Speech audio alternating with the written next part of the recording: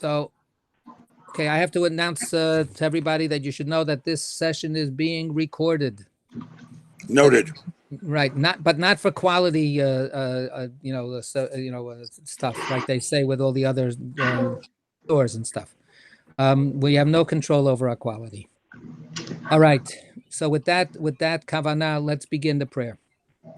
Master of all worlds, highest power, merciful parent of compassion, in your presence, eternal one, source of strength for us, as you have been for our ancestors. We very humbly acknowledge you. What are we? What is our life? You have done such great kindness to us.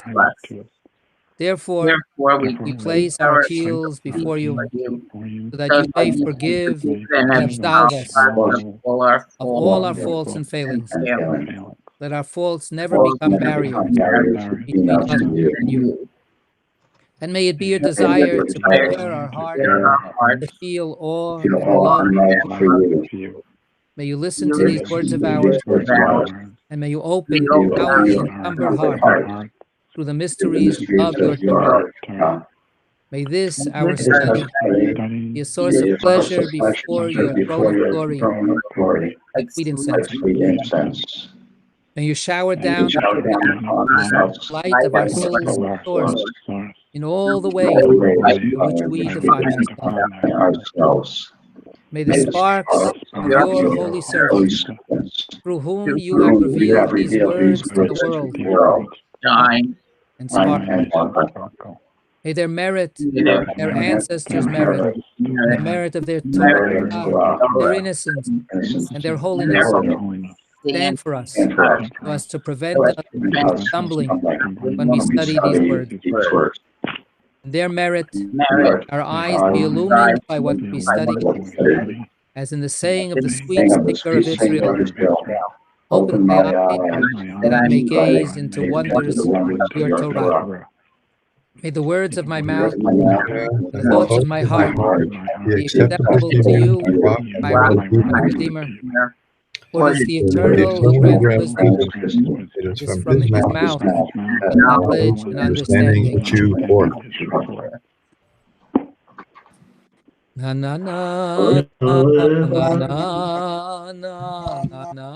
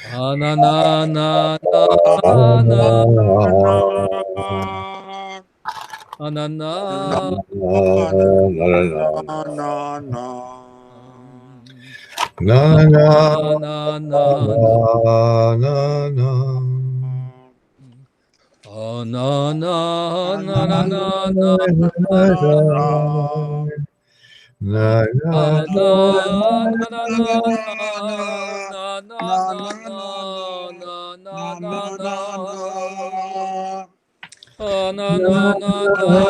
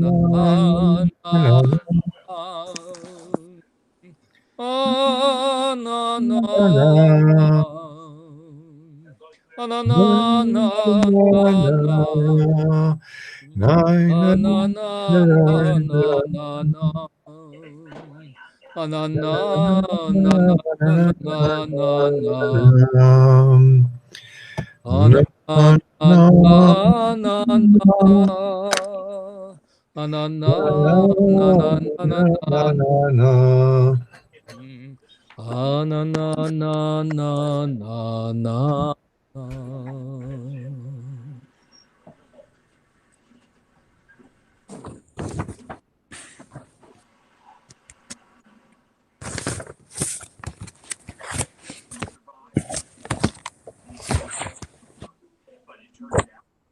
We're on page 257 in the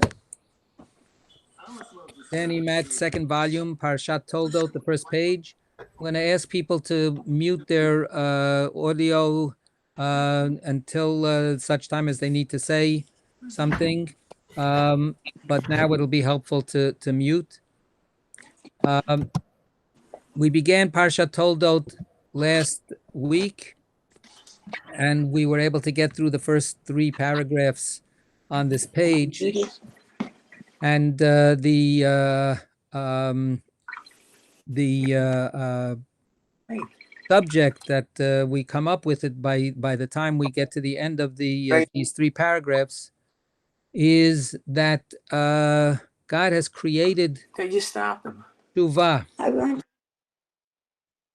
God has created tshuva ahead of time, before the world itself was created. And this creation of tshuva is what makes it possible for the world to be created, even against the objections of the Torah herself, the Torah being the blueprint and the very matrix of reality. And against that challenge of the Torah, God replies, I have already prepared tshuva, returning before creating the world. So that's okay. So you can rest assured, Torah, that existence can go on, that the human being will not automatically, completely destroy the world. Before we go on to the next words of the Zohar, I want to just bring out one other point about this. It's mostly coming from Rabbi Moshe Cordovero, the Ramak, who notices that the term that the Zohar uses, and it's a term that it uses often when it talks about the very beginning of the creation of the world, when it arose in his will, that's the third line in our translation, and the Aramaic Vesalig biruuta kameh, the Mivrei Alma, right? It came up it rose up in his will before him to create the world. So the word will there Ru'uta we have that word, for instance, in the Kaddish, right? Bi'alma divra chirutei, and in the world that God created according to His will. The word Ru'uta is the Aramaic version of the word ratzon. So that's the Hebrew word ratzon, the will, the desire, the wanting to do something. So when it arose in God's ratzon to create the world, so it turns out that we find in the dialogue with God and the Torah that tshuva was already being prepared, or was already prepared. And so he says that this is a way to understand the blessing that we have in the Amidah, in the weekday Amidah, in the Shmona Esrei. We have a blessing. Slach lanu avinu ki chatanu mechal lanu malkinu ki fashanu ki mocheh v'salei chata baruch Hashem chanun ha'marbeh lisloach. And then we say, God, please be forgiving. And then in another blessing, we say, harotzeh b'tshuva, right? That God, you desire tshuva. So we usually read that as meaning you desire that every human being who has done something wrong should repent and return to you. And that meaning is correct. But what Rabbi Moshe Cordovero says is that's not just that you want me to return, that you want that person to return. Your rotzeh b'tshuva, your will or your desire, your wanting tshuva, is actually a definition of you as the creator God. The God who has created the world is a God who, from the very beginning, before actually even we were finally put in this world, it was a precondition for the creation of the world itself. You are a rotzeh b'tshuva. You are the one who desired that tshuva should be the live option or the undergirding of all of reality. And then there's a corollary that comes from that. And that is that God is willing to wait. That tshuva doesn't have to happen immediately. I mean, it should happen as soon as it's possible for a person to do tshuva. And it may take a long time for a person to actually go through the process, even once they recognize it. But it's not that you should delay tshuva, but by its very nature, tshuva is a delayed phenomenon. Tshuva, of course, is a phenomenon that when God placed it first into the very possibility of existence, was prior to anything else that happened, and the activation of tshuva took its time. So when we again transfer that idea back into our personal lives, what we're saying is that God waits. God wants the tshuva, and God looks to us and hopes that eventually we will return in whatever way we need to return. On Rosh Hashanah and Yom Kippur, in the Unetana Tokef, we say, V'ad yom moto techakelo, im yashuv miyad tekablo. That there's an asymmetry between our doing tshuva and God's granting forgiveness. God waits for us to do tshuva till our last dying breath. So tshuva is something that God bides God's time for, hoping for it, looking for it, and really willing, desiring that it appear. Ad yom moto, until we die. And whenever, hopefully before we die, we return, miyad tekablo, then the response to tshuva is absolutely instantaneous, absolutely immediate. So there's a kind of an, as I said, an asymmetry. There's a long, long waiting on God's part for us. But as soon as we're able to return, the embrace is right away. Okay. So now we're at the last paragraph on 257, and as is our custom, and by the way, I think that there might be a couple of people on in this group tonight that have never been with us before. So I want to welcome you if that's the case. And we have certain kind of usual things that we do. We begin with a version of the prayer that the Ari composed in a translation into English, and then we continue with a nigun if you tuned in earlier on, and then usually somebody does the group the honor of reading the translation and is very tolerant of the fact that I constantly interrupt to consider certain things. So somebody tonight is going to be reading, I hope. Who wants to volunteer to read? Don't all raise your hands at the same time. Rabbi, I would be happy to do it, but unfortunately my dogs are running around and they're excited about something, and I can't guarantee that they're going to be quiet. So I think You want me to try again this week? All right.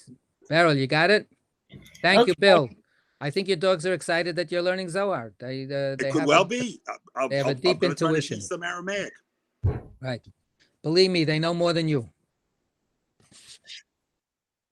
Dogs are the best. Hi, Vey. He left the meeting. I hope I didn't insult him. I meant it as a joke. Okay, Beryl, let's go. Once he made the world and created Adam, the Blessed Holy One exclaimed, "O world, world, you and your laws are based solely upon Torah. That is why I created the human being in you, so that he may engage in her, strive for her. If not, I will turn your back into chaos and void." I will turn you back into chaos and void. So now that God has turned to the world itself, and God informs the world that everything about the world, its very existence, is hanging by a thread. It depends on the Torah. And the Torah itself, even though we have the explanation before that the Torah is something we can talk about before there are human beings, the Torah is in one sense God's will itself. Yet the world needs within the world's reality, it needs a being who will actively pursue the Torah, who will engage in the Torah and strive after the Torah, work within the Torah. The word in the Aramaic is ishtadel, right? To engage in Torah is litasek, and the other word is strive. The printed text is not that we have in the traditional Zohar. Doesn't have that second phrase. It has it later, but not here. But Danny Matt put it here also. To strive for Torah, the word ishtadel means to work hard, to try. In modern Hebrew, the word lihishtadel is to try.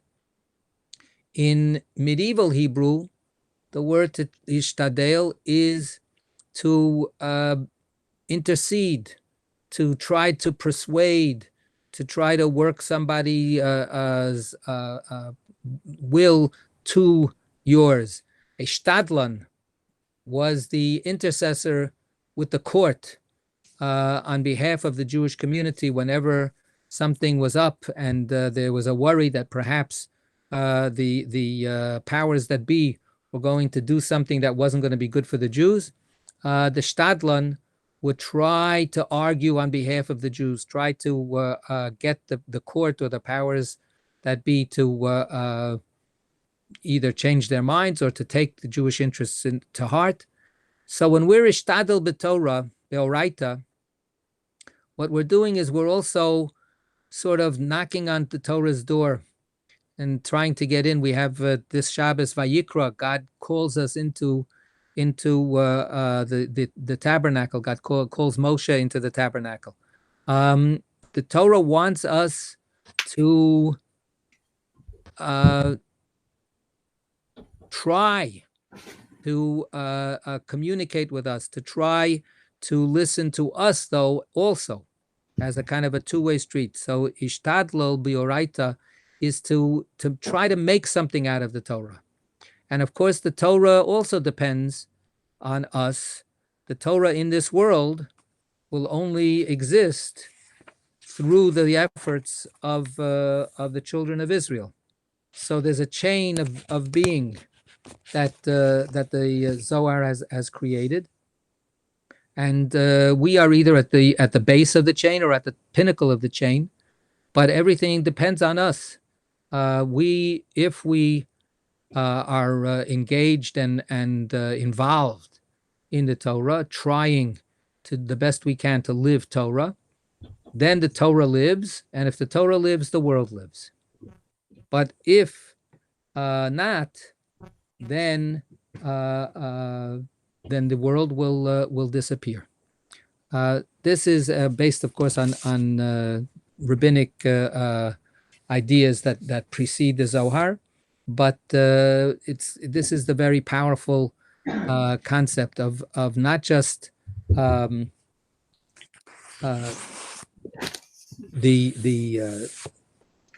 person themselves existing or not, but the world itself. Look at footnote 4, please. Beryl, you got it? Footnote 4. Wait, I have to go back. 1 second. I turn the page. If not, I will turn you back into chaos and void. This is God talking to the world and saying, you started in chaos and void. I created you and made you what you are on the condition that the Torah be realized in you. So now what's a rabbinic basis for this? But if not, if the Torah is not realized, back to chaos and void. Go ahead. So this is Babylonian Talmud, Shabbat 88a. Resh Lakish said, the Blessed Holy One stipulated a condition with the works of creation, saying to them, if Israel accepts the Torah, you will endure. If not, I will return you to chaos and void. Okay. So the statement in the Talmud is saying that Israel must live by the Torah, otherwise everything gets returned to chaos and void. Here, the Zohar makes a kind of a reiteration of that, but it goes a little bit more generally in two ways, right? First of all, it gives reality to the Torah per se. And second of all, it says, I created the human being, right? As opposed to just the children of Israel. But we shouldn't understand that to be some kind of universalist, humanist concept. In the end, the human being gets boiled down to the children of Israel, right? The first attempts by God to create a world with a universal approach to humanity, those first attempts all fail. So how much more urgent it is then for us as the ones who are conscious of this condition, conscious of this tenuous reality situation, that everything depends on the Torah. If nobody else has taken this seriously and we are aware of it, then there's a huge responsibility that falls on the shoulders of the children of Israel. Somebody's got to do it, and nobody else wants to do it. But this leads us to the next paragraph of the Zohar. Everything exists for the sake of humanity, as is written, I made the earth and created humankind upon it. Torah stands calling out to human beings to engage in her, strive for her, but no one bends an ear. So this is then the next step. And it brings us into tension with what God says at the very beginning. when God says to the world, guess what? Your whole existence is conditional and depends on human beings engaging in Torah. And then human beings don't engage in Torah. And then finally, God makes compromise after compromise and finally narrows it down to, okay, let's just get the children of Israel to engage in Torah on behalf of all mankind, all humankind. And at least this way, there's a chance that this might happen. And then guess what? We don't do it either. We also don't listen. We also, how you doing, Zev? So we also are failing to bend an ear to listen to the call that is going out. So we have the question that means that any second now the world should be returned to chaos and void. Zev, you're not supposed to be presenting. That's it. Stop presenting if you can, please. So it would sound as if any second now, if the situation is as the Zohar portrays it, that nobody's listening to the call, then the world should be destroyed. So, of course, the answer is, first of all, no one is an exaggeration. After all, the people that are speaking through the Zohar are doing everything they can. They're ishtadlim beoraita. They are trying as hard as they can to engage in Torah, to open up Torah, to create new Torah, to understand and grasp the mysteries of the Torah. So there's a few people who are still maintaining the possibility of the world existing. That's one part of it. The other, somebody wants to say something? The other part of it is we get back to tshuva, because that's even prior to the Torah, right? The Torah, complained about this from the beginning. The Torah said, if you're going to make everything contingent on the Torah, on following my blueprint for reality, then human beings are a lost cause. Human beings will never be able to do this.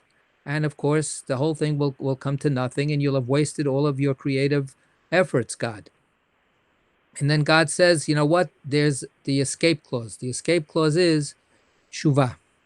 The escape clause is, but even if people mess up, they can return.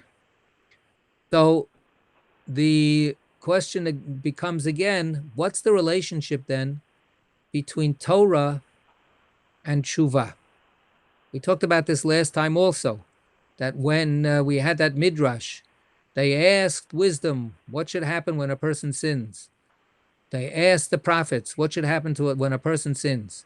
They asked the Torah, what should happen when a person sins? And each one of these sources of truth came up with a different answer. But finally, God co-opts all of those answers and says, no, the answer is when a person sins, forget about punishment, forget about putting them to death, forget about all those consequences, forget about sacrifices.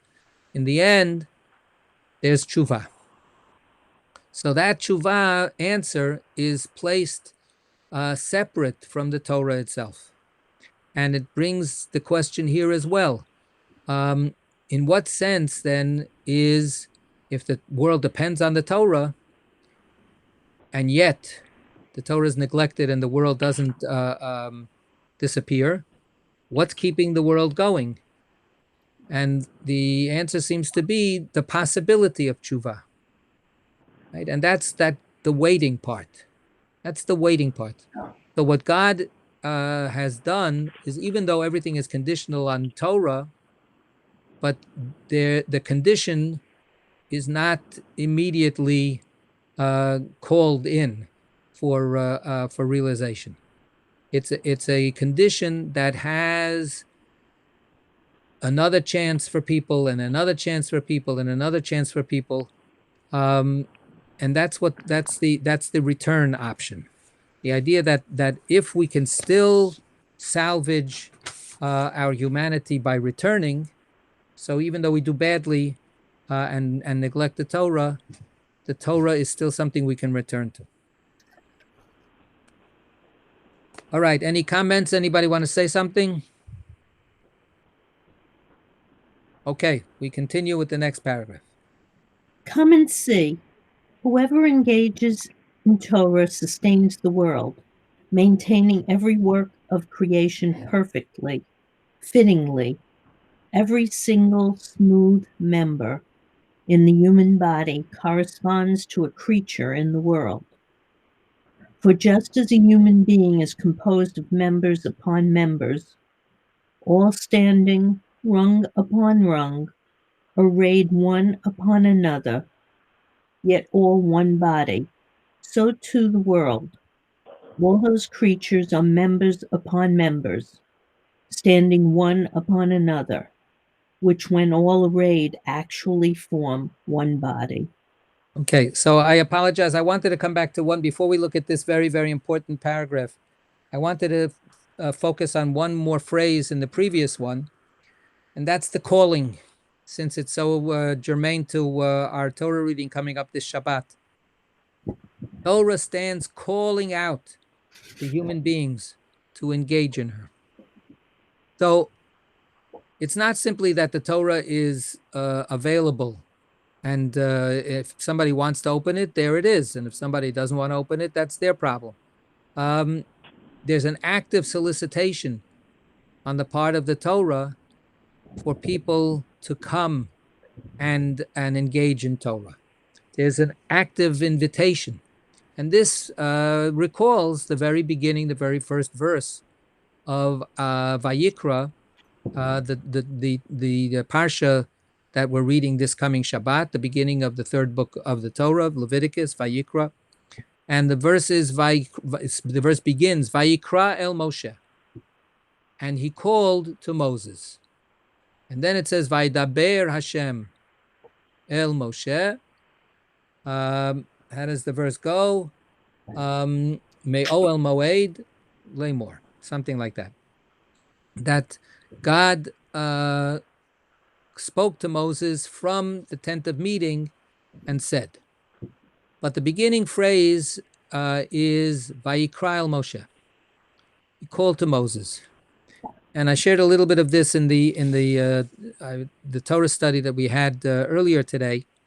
A wonderful and amazing teaching by the Kamarna Rebbe, who was a Hasidic Rebbe and a mystic. And this is part of his commentary on the halachic midrash, the Sifra, that is the midrash devoted to Vayikra. And it begins actually not so much with halachic material as with some very profound questions about communication between the divine and the human being. So the verse says that God called out to Moses. And but it doesn't say Vayikra Hashem el Moshe Vayidaber elav me'ol moed. The more clear way that the verse should have been written was, and the Eternal called out to Moses and spoke to him from the tent of meeting, saying. But instead, the verse is a little bit coy. The verse is a little bit elusive at the beginning. Vayikra el Moshe, Vayidaber Hashem elav, me'ohel moed lemor. He called to Moses, and the Eternal spoke to him from the tent of meeting, saying. So why does God's name get delayed till the middle of the verse, and is not there at the beginning? Vayikra Hashem el Moshe, and the Eternal called out to Moses. What does that mean? Why that choice? So this is the way the Kamarna talks about it. The root of the truth of the calling mentioned regarding Moses, in which it is not made explicit who is calling. The only way we know that it's God is either by reading further or by looking backwards into the end of Shemot and understanding that God is in the tabernacle, in the tent of meeting, Ohel Moed, and filled up the whole Ohel Moed, and then Moses can't get in, and then God calls him to come in. So it says Vayikra el Moshe, but it doesn't say God called. It says, and he. Why doesn't it say explicitly who that he is? So the reason is that Moses' prophetic vision was through a speculum that shines, right? Aspaklaria de Meira, right? A lens that is completely transparent, not murky, not colored, not blunted in any way. And because he could see so clearly, what did he see? He saw that he could not yet see. He completely clearly understood that the dimensions that he was being drawn to, called by, were a dimension of reality that he absolutely had no apprehension of. He knew that he could not yet apprehend anything of the immensity of the blessed Ein Sof, the boundless one. Therefore, it says, he called to Moses without making clear who was calling. Because a little like Leonard Cohen, who shall I say is calling? But it's the who here, in Zoharic terminology, is the aspect of God or the beginning of the apprehension of God as totally incomprehensible, totally impossible to be spoken about. So therefore, we don't say who called, because the one who called can't be named. Only after that first inchoate, unnameable source of calling was able to put itself forth, then Vaydaber Hashem Elav. Then it becomes that the eternal and identifiable name that we have for God, then we can say that God spoke to Moses. But there's a prior calling that is a precondition and a pre-existent experience before the communication per se. And therefore, he continues, this is the Komarna, and therefore the teacher set it up here that the call preceded the speaking, because every speech there was first invitation by the divine light that invited the prophet, drawing him from this world so as to call him to the divine light until his soul would be stripped away from his body. So the calling that we have reported in the Torah at the very beginning of Vayikra is a calling that is pre-speech. It's a calling that is not Vayidaber. The Vayidaber comes later. And the V'daber has an identifiable subject. And that's God, the eternal one. Yud Hey Vav Hey. But this calling is something before that. And it's sensed and it's heard by Moses in this very, very important way. He continues, understand that the caller is the one calling all generations from the beginning. Hakore Doros Hadoros Meirosh. So this is the source of all being, and all generations and every single human being is being called by this primary, prior source that has no name and that has no way of being spoken about, and yet it calls, and yet it calls. The reason for the call, this is the Komarna, is explained as deriving from the term those invited, hakruim, and prepared, hamezumanim, for something. It is the preparation of the overflow of divine light that flows out of the boundless divine light to draw the prophet's thoughts toward the Blessed One in absolute bonding, dveikut, and connection and fervor until his consciousness is bound up with the simple divine light. And the source of the call is the one who calls all generations from the beginning to draw towards everyone God's overflow and essence in accordance with each person's capacity. So the calling is constant, and the calling really is universal. But the problem is, like the Zohar says, no one bends an ear. No one is paying attention. No one is listening.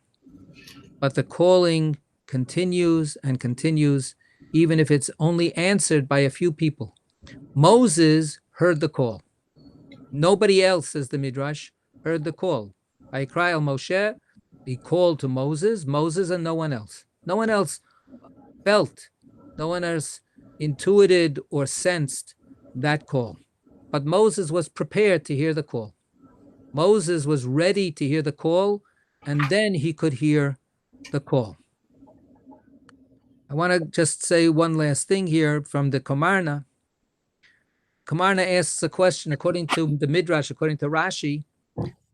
The call came from Ohel Moed, but it never went out beyond Ohel Moed. The calling itself, God's communication, was limited to the inside space of the Ohel Moed.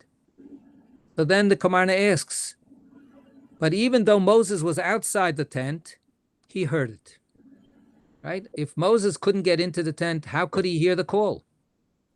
This is part of the paradox. But if the voice stopped there, how could he hear it?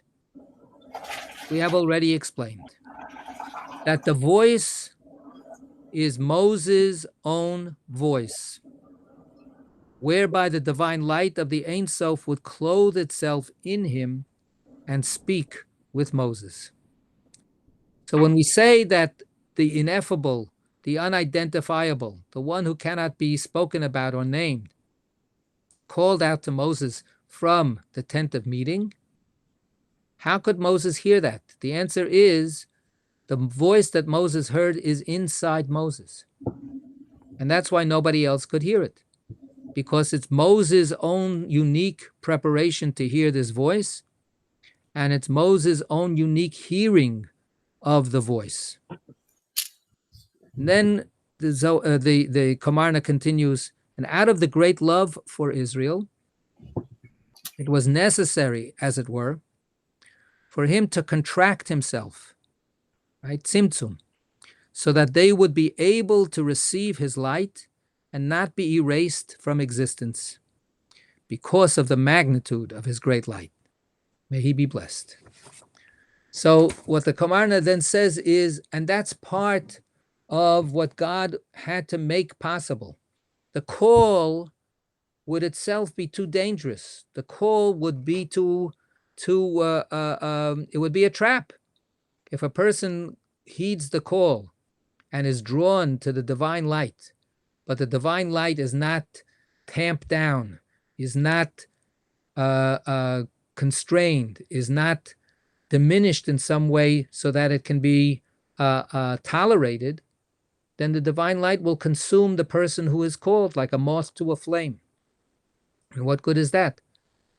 We need a Torah that can sustain the world so that the condition that the world will continue to exist because of Torah depends on the Torah itself becoming a world user-friendly Torah. Because if the Torah is still the primal Torah that is infinitely beyond this world, then adhering to the Torah is a self-defeating enterprise. If we adhere to the Torah, we end up just being consumed by the infinite light. So what we have in the calling of the Torah is a kind of a tzimtzum, a diminishing of that original call. The original call is a call that goes me'olam ve'ad sofo, from one end of the world to the other. But misof ha'olam ve'ad sofo. But here, what we're talking about is a calling from an ohel moed, from a place that makes it possible and that is intended for meeting, for the two parties, so to speak, the Kudsha B'richu and Knesset Yisrael, God and the Assembly of Israel, to be able to meet.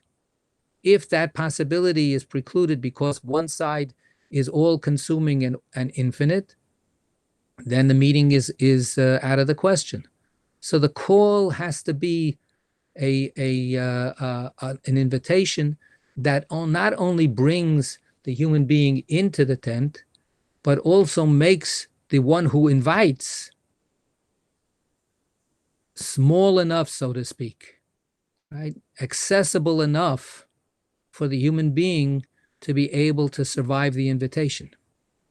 Otherwise, the whole thing would be impossible. So that lays the groundwork then for the possibility of keeping a Torah, because otherwise the Torah would be itself beyond our grasp.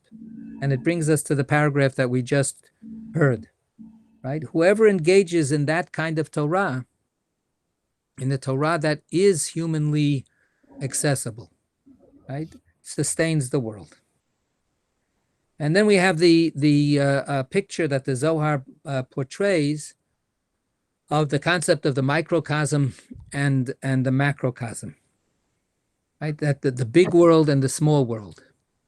Olam Gadol, Olam Katan, Adam Kadmon, and Adam as we exist, right? That the physical, limited, and yet marvelous and complex reality of the human being mirrors, point by point, the reality of the greater world, right? Every limb, the word shaifa, he translates it, as he says in his note, using both the idea of smoothness and the idea of a limb. Every single smooth limb of the human body corresponds to a creature in the world. And this is, an old concept, an ancient concept, and continued into medieval times. The Zohar, accepts it totally, and therefore it sees all kinds of a whole prism of reflections of one kind of phenomenon into another, reflecting another kind of phenomenon, each one reflecting the entirety of the world. If I knew what I was saying, I would say it's a kind of a fractal kind of perspective. But the human being is the ultimate reflection of all of the world. And the human body is a reflection, a correspondence of the world. And the world is modeled as a human body also.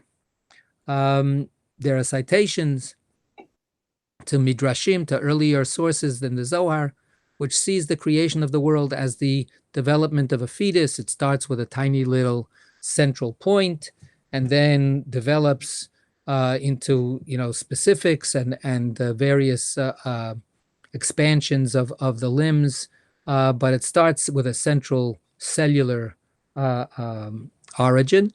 And they see Yerushalayim and the Even Shetia, the first place, the rock of creation, which is inside the temple, now understood to be inside what's it called, the Islamic building there, not the Mosque of Omar, but the other thing, the Dome of the Rock. Dome of the Rock. Thank you. That's it. The Dome of the Rock. That's the rock. That's the rock. So so that rock was the cellular origin of the whole world, just as there is in the beginning of the creation of a human being, the same idea. So everything then that we do impacts all kinds of other aspects of the world, and the kind of concept of interconnectedness and even intersectionality, so to speak, is pretty beautifully expressed in this paragraph. Something that we are, certainly much more highly sensitized to in our present crisis. Like all of a sudden, things that seem so far away have had impact upon us in a very, very tangible way. So our connectedness with each other and with the world is a given here. The conviction of the Zohar and of the rabbis was that the Torah can make for a better life for each person involved in the Torah, and in the ripple effect, being involved in the Torah is good for the world. That's a beautiful idea, which has yet, in modern times, I think, to prove itself. I think over the long haul of history, I do believe that the Torah has had a beneficial effect on the world. But I think that we have a really, really critical challenge today, where the people who are supposed to be the ones who are ishtadli bioraita, the ones who are trying as hard as they can to make the Torah come alive and be that kind of force, are very hard to identify. Who are they? Are they us? Are we really the ones who are really trying so hard? Are the other groups that identify very proudly and loudly as the Torah camp? Are they a tremendous benefit to the world? These are hard questions, and I think that we're at a place now where that question really needs a better response from people who care. So enough said. I've said other times other things about this. Okay. I have a question, Rabbi. Yes. Yeah, just to back up, you were talking about this is Len, right? Teaching. Yes, you were talking about the Hasidic teaching in reference to Vayikra, that God needed to make God's self smaller to fit in that Ohel Moed, to make himself accessible. And you were talking about Vayikra in relation to that idea. Is that correct? Correct. You can look it up also so in the Torah Sparks that I wrote this week. Okay, yeah, I didn't get to that yet. A lot more emails coming in these days. I know, it's amazing. Yeah, it's crazy. A lot of people calling. Yes. So does that have anything to do, although of course all this is much later than the Masoretic text, with the small aleph in the beginning of Vayikra? Yes, I mentioned that's definitely one of the ways that people see that small aleph as a kind of a graphic indicator of God's tzimtzum, of God's cutting God's own self down to size, so to speak. If you can think of it, I mean, it can be in that kind of theological cosmic way, or it can be in a more midrashic or even kind of playful, but nevertheless, I think, meaningful way. I talked a little bit about it in the Torah study group earlier today. The Hasidim loved the image of a parent getting down on their hands and knees and playing with their toddler child, and or even leaning over to a little baby and go ooh ooh goo goo ga ga ga ga, right?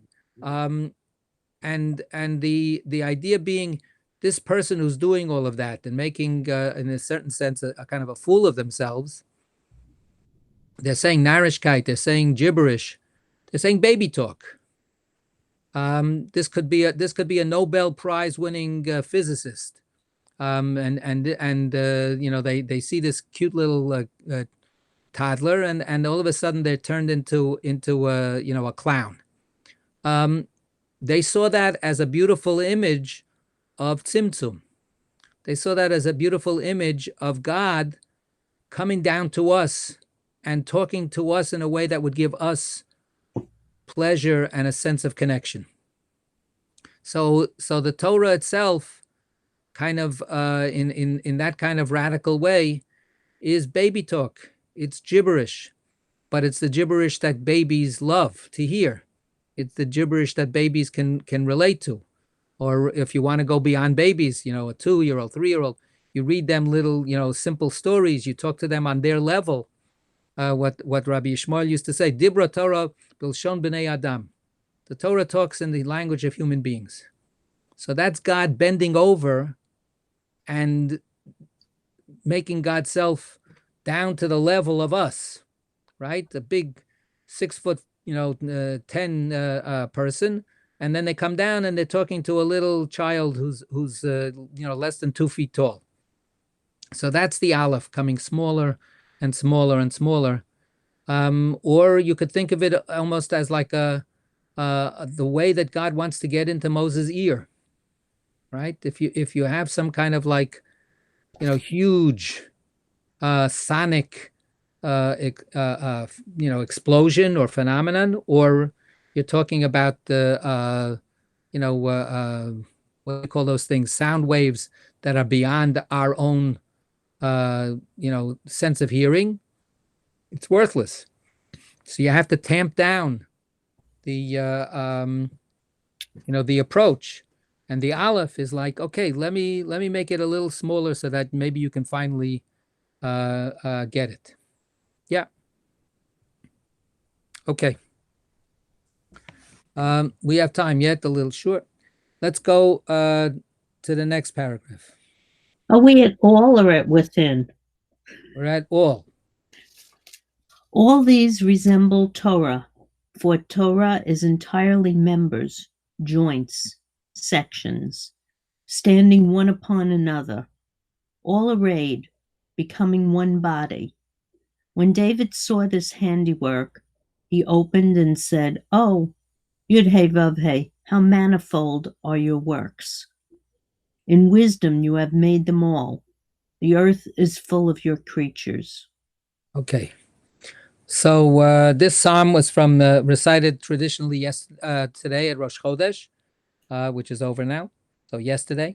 And Marabuma Secha Hashem Kulam Bechochma Asita, right? Malaha Aretz Kinyanecha. So David exclaims, "How manifold are your works." What is he referring to? Anybody?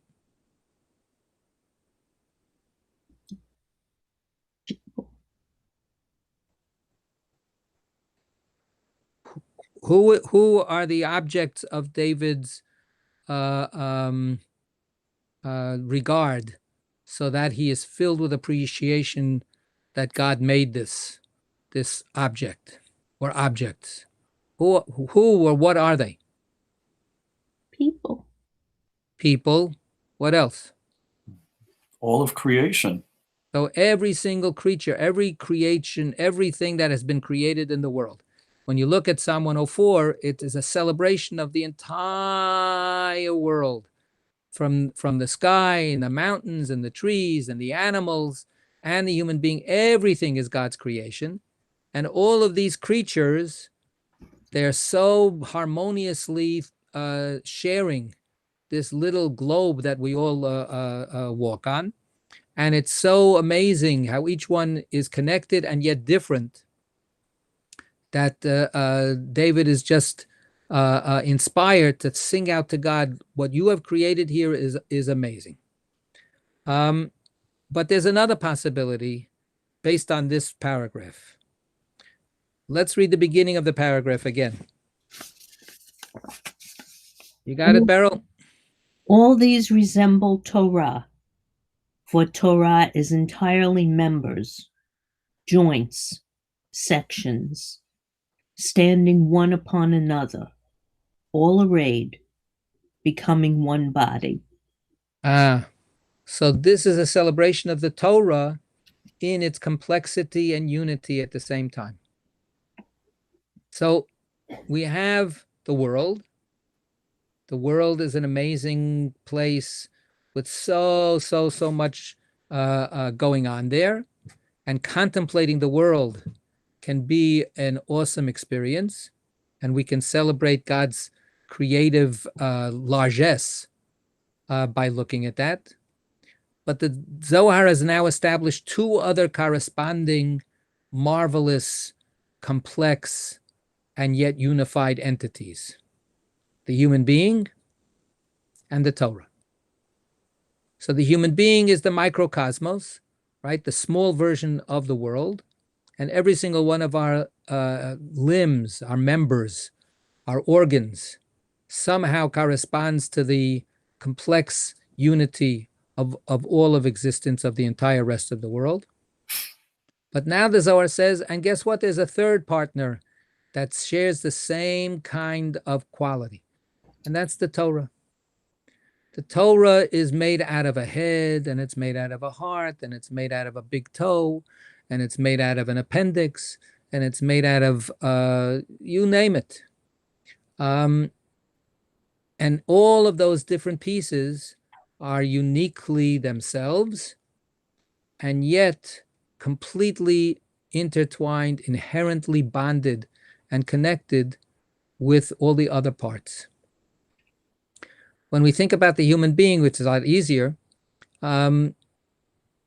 we still haven't discovered the purpose, the functionality of every single piece of our body. We've discovered that we shouldn't mess too much with it, right? Some of us can remember when the idea of taking out the appendix or taking out the tonsils was like taken for granted as a good thing to do, because after all, what do you need them for? They just get you sick. So we've had other things, and I'm sure people can think of other examples, but even on a more sophisticated level, I could think it's safe to say, Craig, you can chime in here if you want. I think that we still don't understand every working piece of the human body. And yet we've learned a little bit, by sometimes by some terrible mistakes, we've learned over time to respect the integrity of the human body, to respect the fact that it's all somehow in its connection with everything else necessary. So we don't know everything about what's going on in the world, why everything in the world is necessary. We don't know why everything is necessary in terms of the human body. And now the analogy that it's given is that if you take an overview of the Torah is unbelievable and magnificent. But you may end up encountering a piece of the Torah that you say, what the heck is this doing here? Why do we need this piece for? What good is it? Let's get rid of it. It's just in the way. It just causes trouble. So I would suggest that the analogy of what we've learned from the rest of the world and the rest of reality, the Zohar is saying, well, we have to actually put that into our approach to the Torah as well. What about the removal of the foreskin? So that's a great question. It's an obvious question. This is, of course, something that's been asked throughout time. The ancients challenged the Jews about this. In the classical world, the idea of the perfection of the human body was celebrated. The nudity was important to celebrate that the human body was, the most wonderful creation in and of itself as it is. The Talmud and the rabbinic sources report again and again challenges to the rabbis. What are you doing? Why are you mutilating human beings? And to a certain extent, that question sort of subsided for a bunch of centuries. In today's world, it's come back real strong. There's a tremendous stream of voices today that challenge this idea, and they have a lot to base themselves on. I mean, we're against bodily mutilation. We're against messing with the human being in all kinds of ways. So why should circumcision be exempt from our disgust and our rejection of cutting a body's organs or a piece of the body, just cutting it off? Why should that be any different? Very powerful question. Does anybody want to say something about it?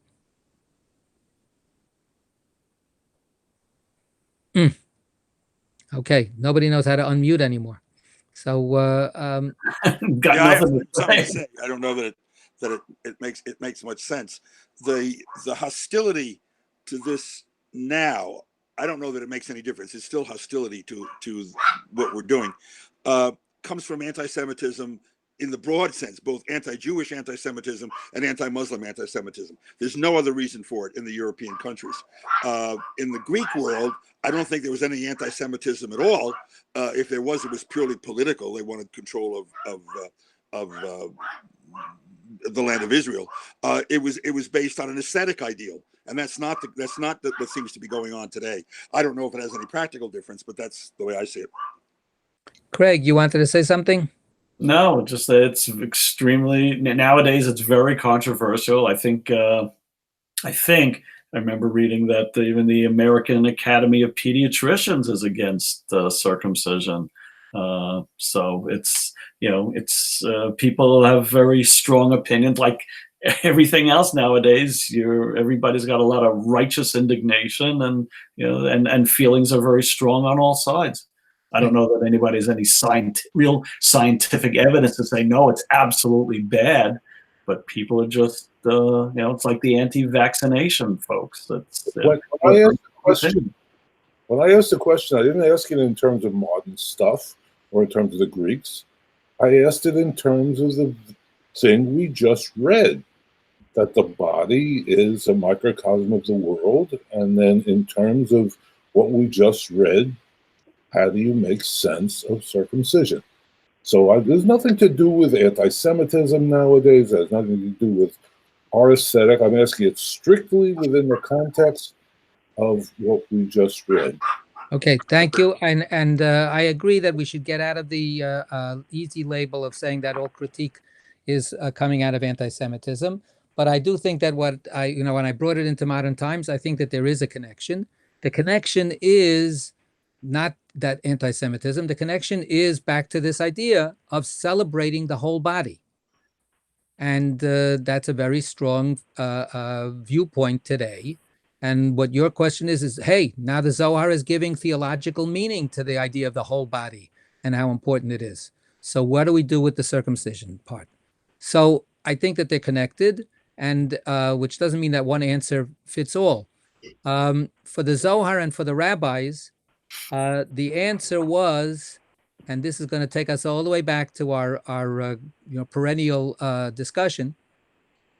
When the Talmud mentions these kinds of conversations, what the answer is that the foreskin represents an imperfection in the body, and that the same way that we are called upon to perfect the world, so too we are called upon to perfect our bodies. Which means that the world, even in its magnificence, has some bad stuff.